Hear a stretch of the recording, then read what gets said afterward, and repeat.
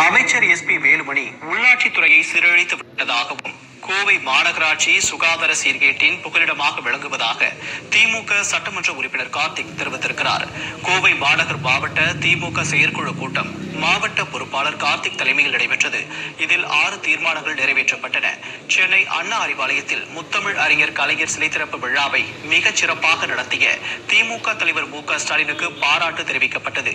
இதனைத் தொடர்ந்து கோவை மாநகராட்சியின் 100 வட்டங்களிலும் குப்பைகள் மலை போல் தேங்கியுள்ளதாகவும் பொதுமக்கள் கூடும் இடங்களில் குப்பைகள் கொட்டுவதற்கும் கடும் கண்டனம் தெரிவிக்கப்பட்டது. மேலும் உள்ளாட்சித்துறை அமைச்சர் வேலுமணி அத்துறையை சீரழித்து விட்டதாக திமுக எம்எல்ஏ கார்த்திக் குற்றம் சாட்டியிருக்கிறார். குப்பை எடுக்கிறதுல சாக்கடைகள் தூர்வாரப்படுவது கிடையாது. நகரமே மாநகராட்சி நகரமே சுகாதாரத்தின் சீர்கேட்டின் விளைநிலமாக இந்த நகரம் திகழ்ந்து கொண்டிருக்கிறது. இதனால பாத்தீங்கன்னா டெங்கு காய்ச்சல், பன்றி காய்ச்சல், பல்வேறு மர்ம காய்ச்சல்கள் பரவி கொண்டிருக்கிறது. இவைகளை எல்லாம் இருக்கக்கூடிய உள்ளாட்சித்துறை அமைச்சர் எஸ்பி வேலுமணி வேடிக்கை பார்க்கின்றாரா? ஆகவே உடனடியாக இதை கட்டுப்படுத்துவதற்கு நடவடிக்கை எடுக்க வேண்டும் என்று கேட்டிருக்கின்றோம்.